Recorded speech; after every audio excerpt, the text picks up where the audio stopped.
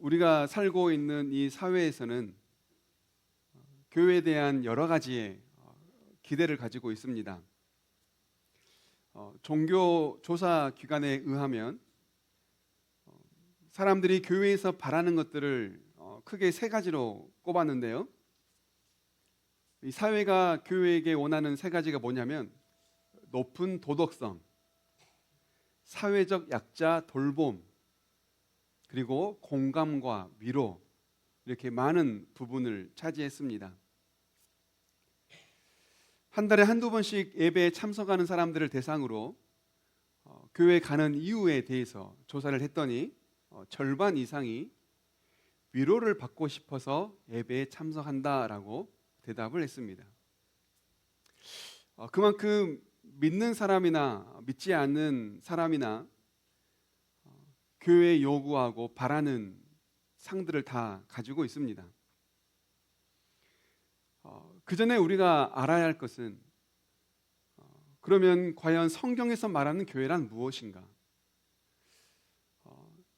믿는 사람과 또는 이 세상이 교회에 바라고 원하는 것들이 이렇게 있지만 그러면 과연 하나님은 말씀을 통하여 우리에게 교회를 무엇이라고 가르치고 계시는가를 우리가 아는 것이 더 중요합니다. 왜냐하면 그래야 이 사회의 요구든 성도의 요구든 말씀 속에서 확신을 가지고 올바르게 반응할 수 있기 때문입니다. 그래서 여러분, 오늘은 이 교회란 무엇인가에 대한 말씀을 가지고 함께 나누려고 하는데요. 어쩌면 나와 상관없는 이야기 또는 지루한 교과서적인 이야기라고 생각할 수 있습니다. 그러나 신앙생활을 하는 우리라고 한다면 저는 반드시 올바르게 정립되어 있어야 하는 말씀이라고 생각합니다.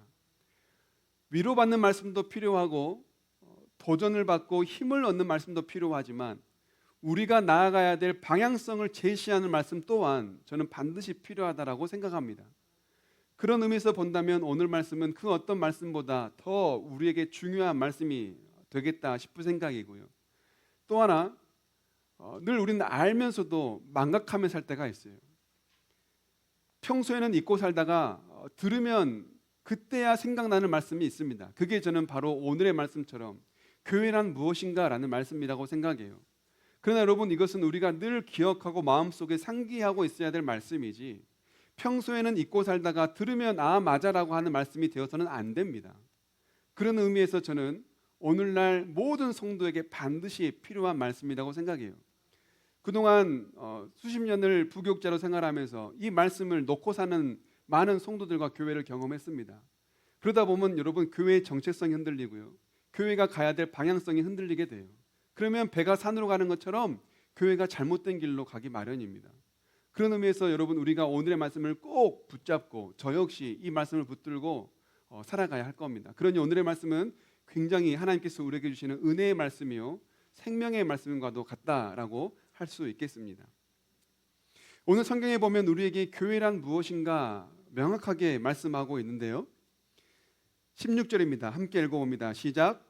너희는 너희가 하나님의 성전인 것과 하나님의 성령이 너희 안에 계시는 것을 알지 못하느냐. 아멘. 바울은 먼저 고린도 교회 성도들을 부릅니다. 너희는 여기서 말하는 너희는 바로 고린도 교회 성도들을 말해요. 즉 고린도 교회죠. 고린도 교회는 교회를 향하여 하는 말입니다. 교회는 무엇이라고 말하는 겁니까? 너희는 하나님의 성전이다.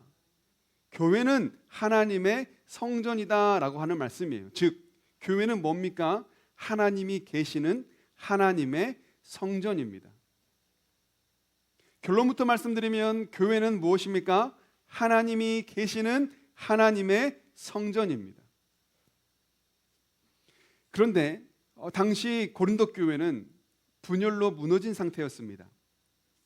누구는 아볼로파, 누구는 바울파, 누구는 게바파 등으로 분파가 생겨서 서로 경쟁하며 자랑하는 분열로 가득 차 있었습니다. 분파를 짓고 자랑을 늘어놓는 이들에게 하나님은 분명히 말씀하세요.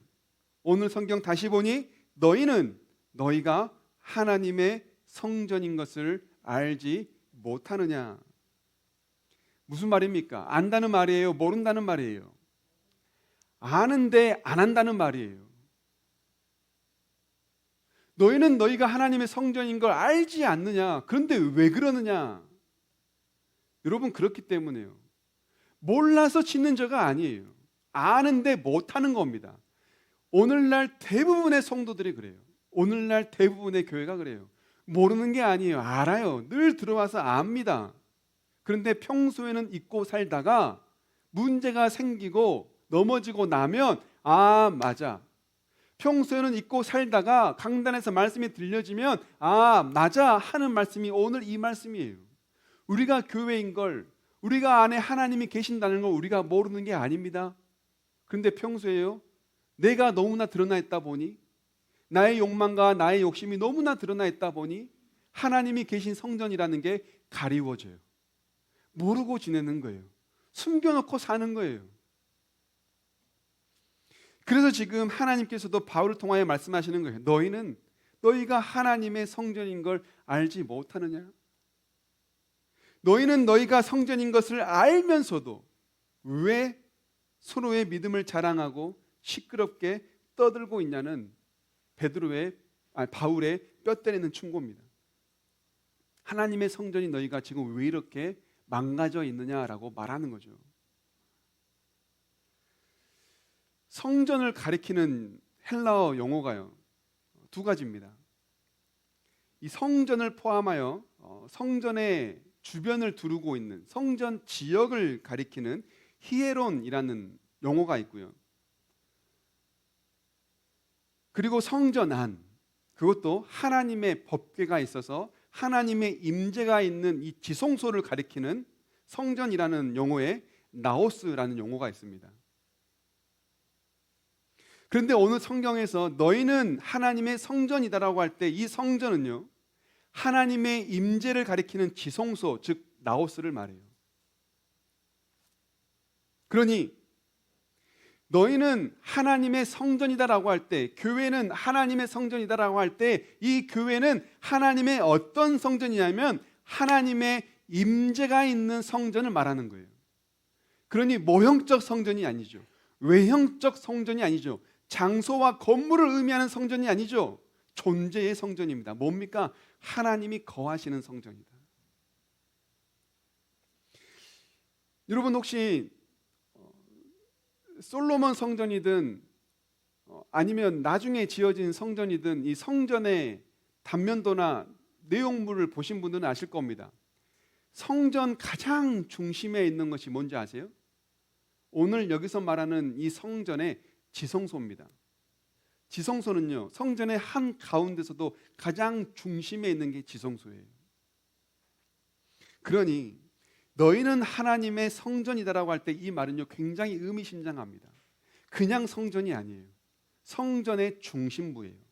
하나님이 계시는 성전의 중심부라는 걸 말합니다. 그렇다면 여러분, 오늘날 교회는 어떤 위치에 있어야 할까요? 먼저 성도인 우리에게 성전은 어떤 위치에 있어야 됩니까? 오늘의 말씀처럼 우리 삶의 중심부에 있어야 돼요. 성전은 우리 인생의 중심부에 있어야 된다는 거예요.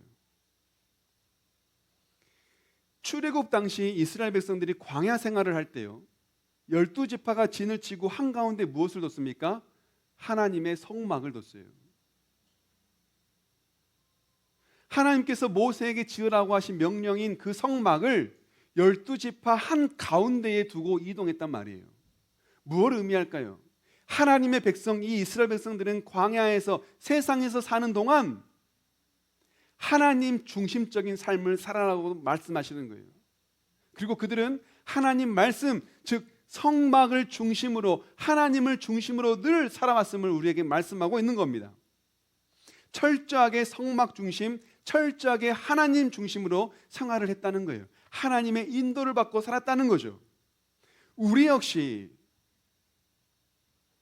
우리 삶의 중심에 성전, 교회가 있어야 된다는 우리의 이 말씀은 우리 삶의 중심엔 성전, 하나님의 교회, 하나님이 계시고 하나님이 중심으로 있어야 한다는 걸 우리에게 말씀해 주고 계시는 거예요. 그렇다면 여러분, 과연 우리의 인생의 중심에는 뭐가 있습니까? 우리 삶의 한가운데에는 무엇이 들어있습니까? 우리는 신앙생활을 중심을 두고 합니까? 아니면 짜투리 시간, 변두리 시간으로 두고 삽니까? 하나님께서는 우리에게 분명히 말씀하세요.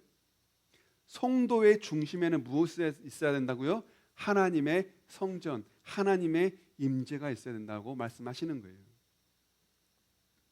그렇다면 여러분, 세상에서 교회의 위치는 어디일까요? 교회는 세상에서 어디에 있어야 할까요? 우리나라에 복음이 들어왔을 당시 선교사들이 가장 많이 했던 사역이 뭘까요? 병원을 세우는 거였어요. 그리고 학교를 세우는 거였어요. 그리고 고아원을 세우는 거였습니다. 병원을 세워서 환자들을 돌봤고요. 학교를 세워서 사람들을 가르치고, 고아원을 세워서 갈 곳 잃은 사람들을 보살펴줬습니다.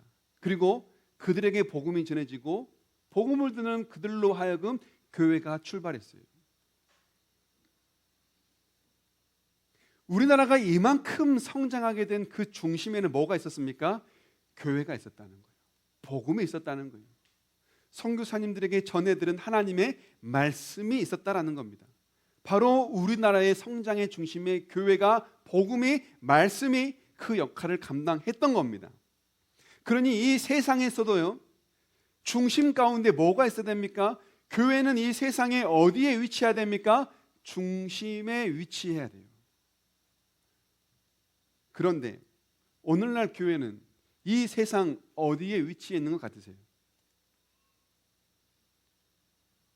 제가 보기엔 변방 중에서도 변방으로 밀려난 것 같습니다. 우린 이렇게 말할 수 있어요. 정치에 뺏겼습니다. 문화에 밀렸습니다. 교육에 뒤처졌습니다. 그런데 여러분, 이건 핑계입니다. 왜 밀려났습니까? 왜 뺏겼습니까? 왜 뒤처지고 따라가지 못합니까? 교회가요, 세상의 중심에서 수행해야 될 그 역할을 감당하지 못했기 때문에 뺏긴 겁니다. 교회가 감당해야 될 그 역할을 온전히 수행하지 못했기 때문에 밀린 겁니다.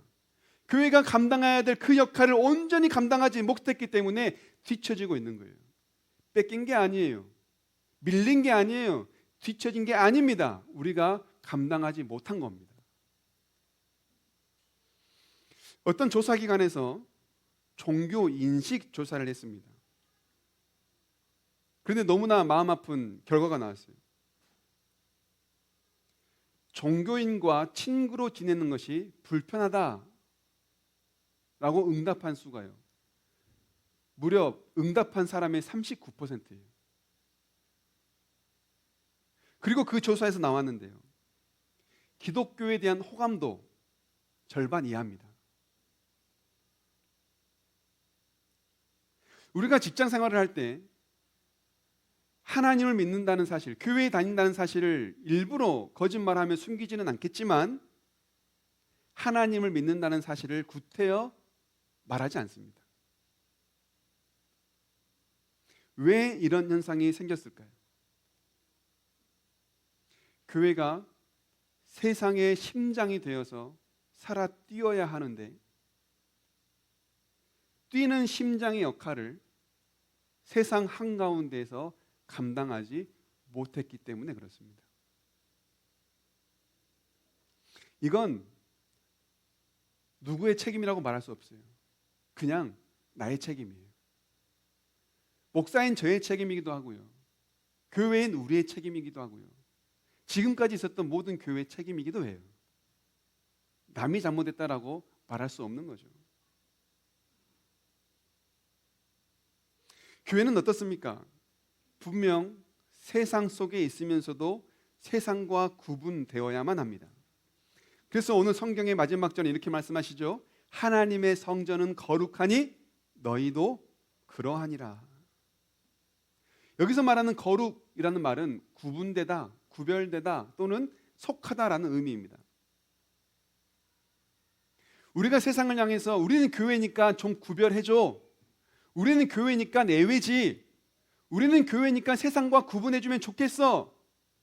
여러분, 구분을 요구할 게 아니라요, 구분 받을 수 있을 만큼의 역할을 감당해야 되는 겁니다.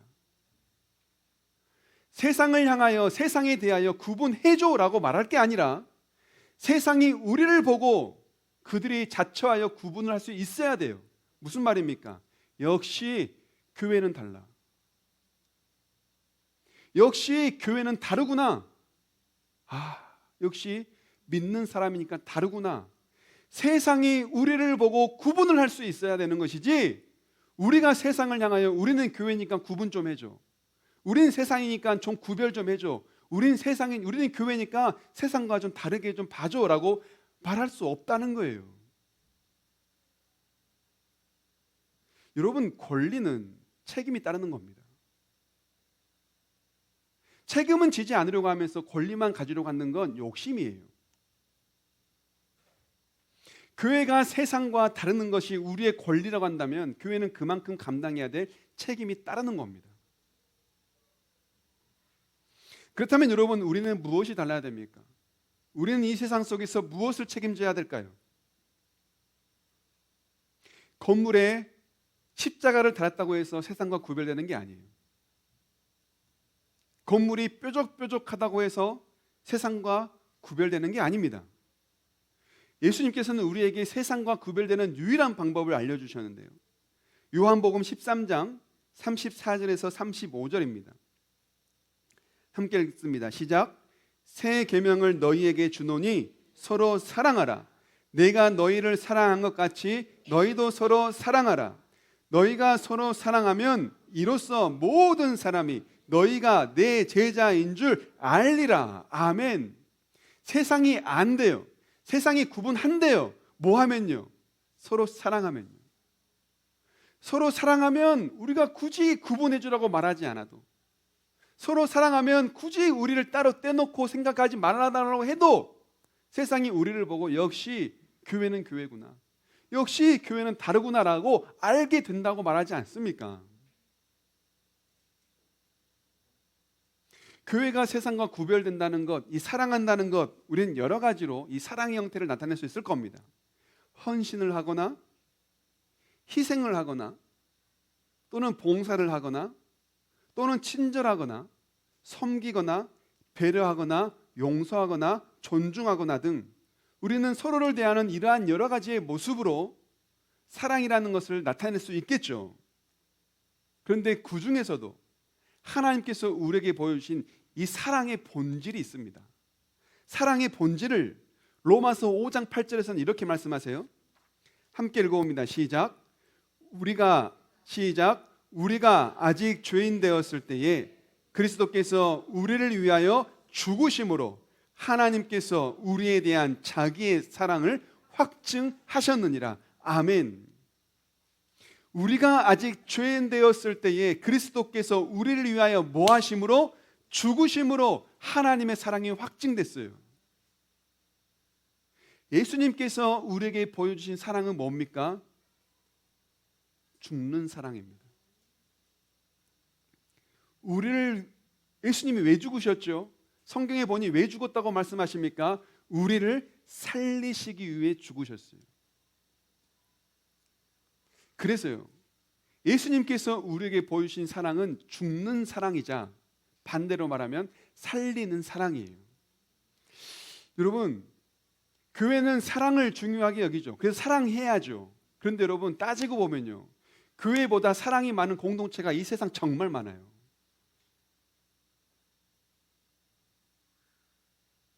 사랑한다고 해서 사랑만 가지고 세상과 구별되냐? 그렇지 않습니다. 저는 그렇지 않다고 봅니다. 이미 사랑을 실천하는 단체가 정말 많아요. 우리가 하지 못하는 일들을 이미 세상은 너무나 많이 사랑의 모습을 가지고 감당하고 있습니다. 그렇다면 여러분, 우리는 사랑을 하더라도요, 성경적 사랑을 해야 돼요. 기준을 세상 기준이 아니라 우리 성경이, 하나님이 말씀하시는 기준을 가지고 사랑을 해야 교회가 정체성을 갖는 거예요. 세상이 사랑하니까 똑같이 사랑하자. 세상도 사랑하니 우리도 사랑하자. 그 사랑으로는 절대 구분이 안 됩니다. 남들이 더 많이 합니다. 우리가 가져야 될 사랑은 뭡니까? 성경에서 우리에게 말씀하신 사랑이 뭡니까? 죽는 사랑이에요. 그리고 살리는 사랑입니다.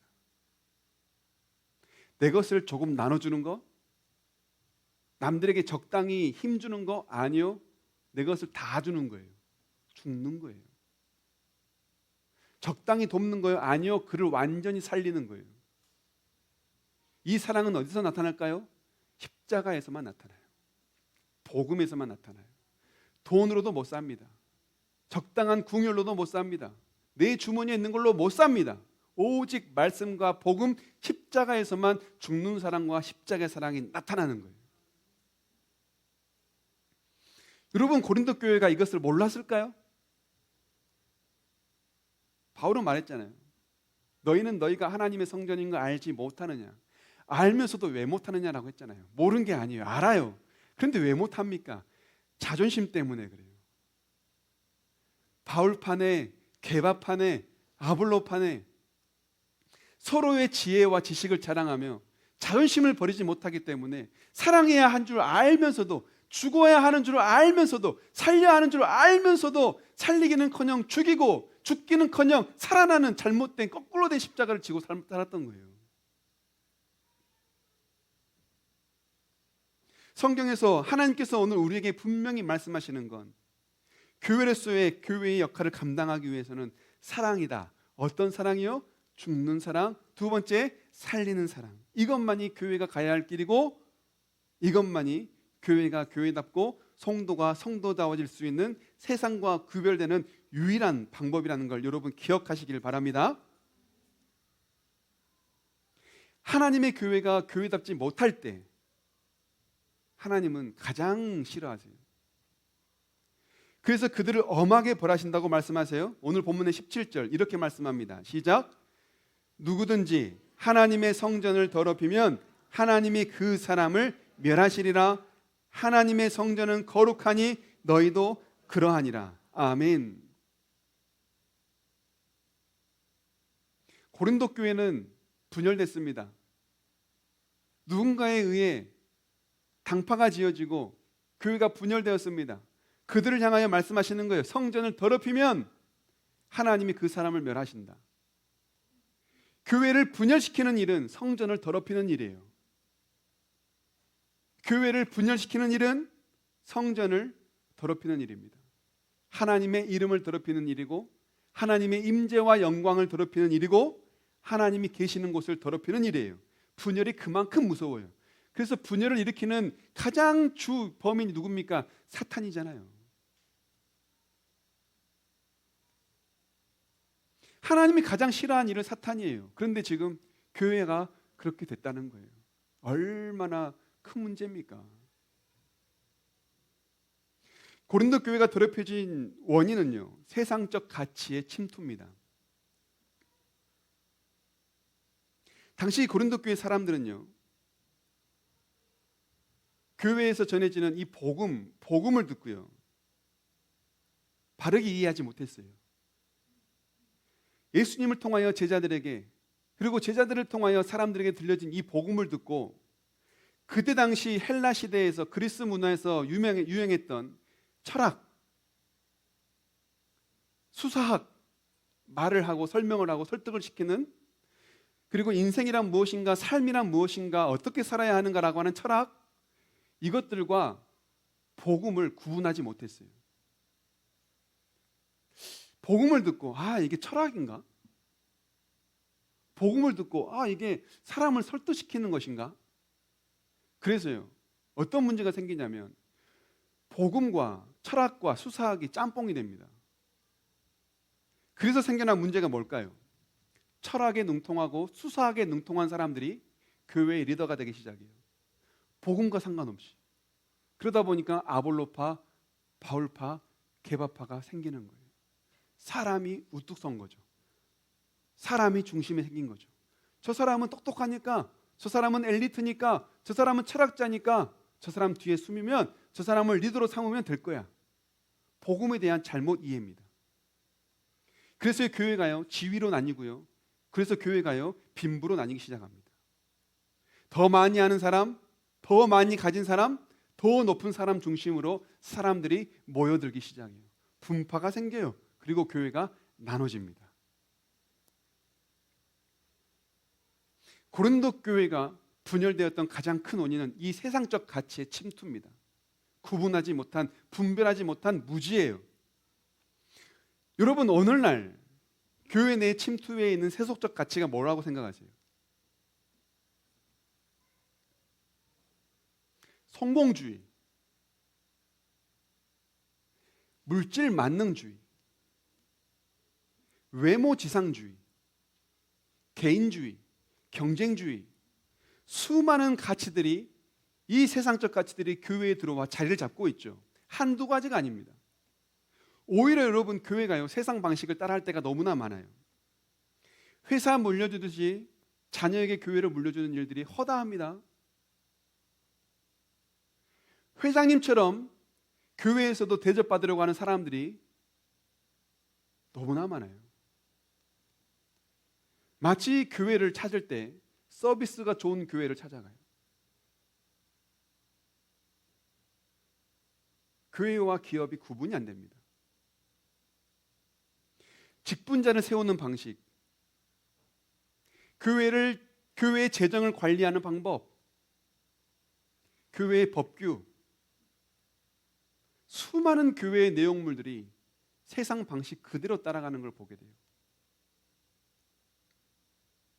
이런 것들이 교회를 흐트리고 무너지게 하고 분열시키는 원인이겠지만, 오늘날, 지금 이 시대 오늘날 가장 심각한 문제가 있어요. 바로 상대주의적 사고입니다. 상대주의적 사고는 뭡니까? 절대적인 진리는 없다라고 말하는 거예요. 진리는 상대적이기 때문에 어느 하나의 사실만 놓고요, 이것이 진리다라고 말하지 않아요. 상황과 관점에 따라 진리는 얼마든지 바뀔 수 있다라고 말해요. 그래서 진리가 상대적입니다. 그래서 어떤 말이 나오냐면, 나도 맞고 너도 맞아라는 말이 나와요. 여러분, 상호 존중이라는 말에는, 그 말로만 보면 나도 맞고 너도 맞다는 말이 굉장히 좋은 말인 것 같지만요, 이 상대주의가 갖는 치명적 단점이 있습니다. 절대적으로 지켜져야 될 진리가요 상대적으로 바뀐다는 거예요. 상황에 따라, 사람에 따라, 생각에 따라 진리가 바뀌어요. 여러분, 진리는 바뀝니까? 안 바뀝니까? 진리가 바뀌면 그걸 진리라고 말할 수 없어요. 그런데요, 교회 안에 이 상대주의가 들어오니까요, 진리가 바뀌는 거예요. 상황에 따라 진리가 바뀌는 거예요. 말도 안 되는 현상이 교회 내에 생기는 겁니다. 우리는 하나님의 말씀을 절대적 가치로 두고 삽니다. 무엇이든지 우리의 기준은 뭡니까? 하나님 말씀입니다. 그래서 우리는 하나님 말씀이 옳다라면 옳은 것이고, 하나님 말씀이 그르다라고 하면 그르다고 판단을 하고 살죠. 그런데 상대주의가 교회로 들어와서는 어떤 문제가 생기냐면요, 하나님 말씀을 놓고도 헷갈리기 시작하는 거예요. 왜 헷갈릴까요? 세상은 안 그러던데 하나님은 이러시네. 어제 내가 살던 직장은 안 그러는데 교회에 오니까 이러네. 하나님 말씀을 들으면서도 어떻게 생각하냐면, 하나님 말씀인 건 알겠는데 오늘날 세상이랑 너무 안 맞아요. 하나님 말씀인 건 알겠는데 너무 이 시대랑 동떨어졌어. 하나님의 말씀인 건 알겠는데 이랬다가는 사회에서 살아남지 못하는 거 아니야?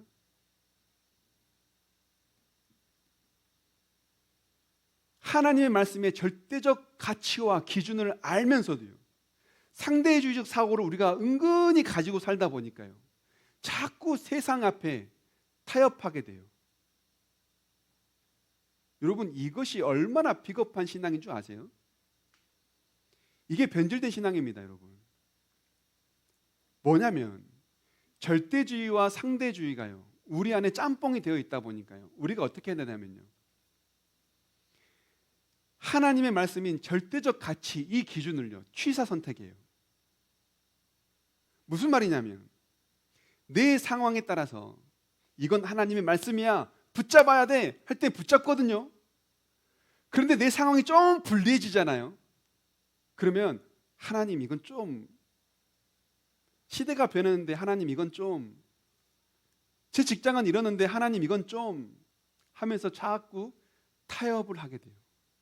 내 상황에서 붙잡을 수 있을 땐 붙잡고 내 상황에서 붙잡을 수 없을 땐 놔버리는 게 오늘날 상대주의와 절대주의의 짬뽕이에요. 이게 신앙의 변질입니다. 오늘날 교회 안에 이런 사람이 얼마나 많고 오늘날 이런 교회가 얼마나 많은 줄 아세요? 물론 저는 안 그런다는 게 아니에요. 저도 그래요. 저도 그럴 때가 너무나 많아요. 절대적 가치와 기준이 뭔 줄 알면서도요, 자꾸 내 안에 상대주의적 사고가 들어오다 보면 그래 괜찮아, 그럴 수도 있지, 뭔가 내가 하나님인 것처럼 봐주고 내가 뭔가 하나님인 것처럼 이해해주고 하나님이 해야 할 자리를 내가 서려고 하는 교만이 내 안에 들어오더라고요.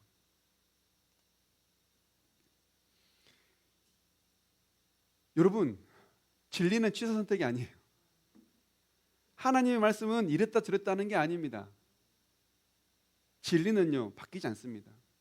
그래서 가치가 있는 거예요.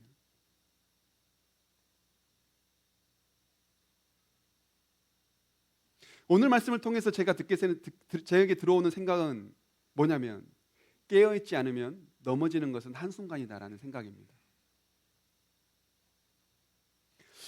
교회든 내 신앙이든 여러분 어떻습니까? 지키는 거 너무 어렵지 않아요? 직장 생활 하다 보면, 또 가정에서 생활하다 보면, 믿는 환경에서는 지키는 게 쉬운데 믿지 않는 환경에서 지켜내기 너무 어렵잖아요. 그렇죠? 하루하루 겨우겨우 지키면서 버텨오잖아요. 그렇죠? 그런데요, 그렇게 힘들게 버티고 붙잡아온 신앙이요, 넘어지는 건 굉장히 한순간입니다. 온 힘을 쥐어짜서 지켜온 신앙인데 한순간에 넘어가요. 그래서 우리는 늘 깨어 있어야 됩니다.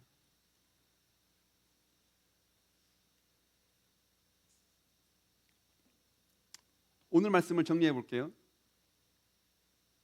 교회가 교회다워지기 위해서는요, 세상의 중심에서 심장부와 같은 중심부와 같은 그 역할을 온전히 순종해야 됩니다. 수행해야 됩니다. 감당해야 됩니다. 책임을 져야 됩니다. 그러면서도 하나님 말씀에 절대적 가치를 두고 감당해야 됩니다. 그래야 교회가 교회다워질 수 있어요. 교회가 교회다워지기 위해서는 세상의 중심적 역할을 온전히 감당해야만 하지만, 그 역할을 감당할 때는 가치가 세상에 있는 게 아니라, 기준이 세상에 있는 게 아니라 하나님 말씀에 있어야 된다는 거예요. 그래야 교회만의 교회다움의 정체성도 지키고 세상에서의 역할도 감당하게 되는 거예요. 세상 방식과 흐름에 떠밀려 다니는 게 아닙니다. 세상이 이걸 요구하니 따라가고 세상이 저걸 요구하니 따라가는 게 교회 아니에요. 세상이 요구하는 건 반드시 수행해야 하지만, 그걸 수행해야 될 때는 그 기준이 하나님 말씀에 있어야 된다는 거예요. 그래야 교회가 교회다워질 수 있는 겁니다. 때로는 세상 중심에서 위로자가 되어야 되고요, 때로는 세상 중심에서 리더가 될 수도 있어야 됩니다. 그리고 때로는 교회가 세상에서 밑거름의 역할도 감당해야 됩니다. 오늘의 말씀처럼, 로마서 5장 8절의 말씀처럼 죽을 때가 있어야 되고요, 남을 살릴 때가 있어야 돼요. 그러나 그 가치와 기준은 무엇이다? 하나님 말씀에 있다라는 거예요. 말씀을 맺겠습니다. 오늘의 시대를 우리는 한마디로 정의하죠. AI 시대다. 이제는 모든 것이 바뀔 겁니다. AI의 전쟁이 될 겁니다. 돈의 전쟁 아니요. 이제는 AI 전쟁이에요. 무엇을 의미할까요? 누가 더 똑똑한 AI를 가졌느냐에 따라 그 사람의 삶의 질이 바뀌는 거예요. 똑똑한 AI를 가진 사람은 더 잘 살게 되고요. 그보다 덜한 AI를 가진 사람은 그보다 덜한 인생을 살게 될 겁니다. 그렇게 되면요, 무서운 시대가 오는데요. 어떤 시대가 오냐면 AI가 인생의 질을 결정하는 시대가 와요. 굉장히 무서운 시대입니다. 요즘 2030 청년들의 목소리가 커지고 있습니다. 왜일까요? AI로 인해 일자리가 줄어들기 때문에 그래요. AI가 똑같이 공급되지 못하기 때문에 그래요. 자본이 많은 사람은 더 똑똑한 AI를 갖게 되고 자본이 없는 사람은 그보다 덜 똑똑한 AI를 갖게 되니 AI가 불공정하게 된 거죠.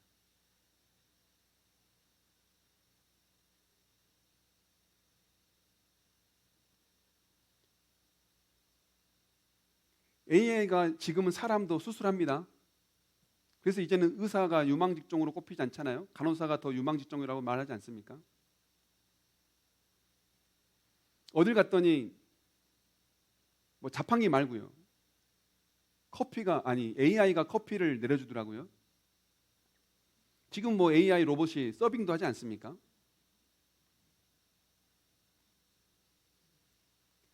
목회자들 사이에서도요.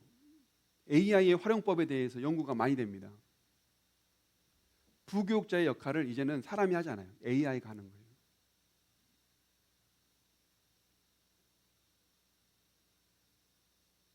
오늘의 이 시대를 우리가 읽고 사는 것, 그리고 이 AI 시대에 맞춰서 흐름에 맞춰서 하는 것,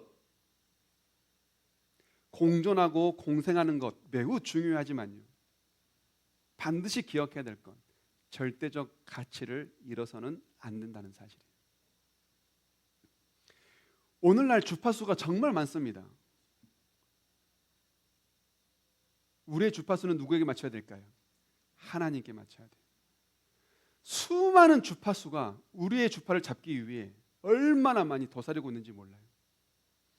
우리의 주파수가 하나님께 맞춰져야 세상과 타협하지 않고 살아가게 되는 것이지, 자칫 잘못했다가 잘못된 주파수에 우리의 주파수를 맡겨버리면 한순간에 넘어지는 거예요. 무슨 말입니까? 늘 깨어 있어야 됩니다. 그래야 교회가 교회다워지고, 그래야 성도가 성도다워지고 본질의 삶을 지킬 수 있게 되는 거예요. 여러분, 교회가 교회다워지고 성도가 성도다워질 수 있기를 주님의 이름으로 축복합니다. 아멘. 우리 주신 말씀 생각하시면서 함께 찬양 드리기 원합니다. 우리 찬양이 은혜가 되면 좋겠습니다. 말씀 앞에서 경외함으로 주께 홀로 섭니다. 하나님의 말씀을 지키고 하나님의 말씀을 붙잡고 살아가겠노라고 결단하는 말씀이 찬양이에요. 우리 함께 이 찬양 드리겠습니다.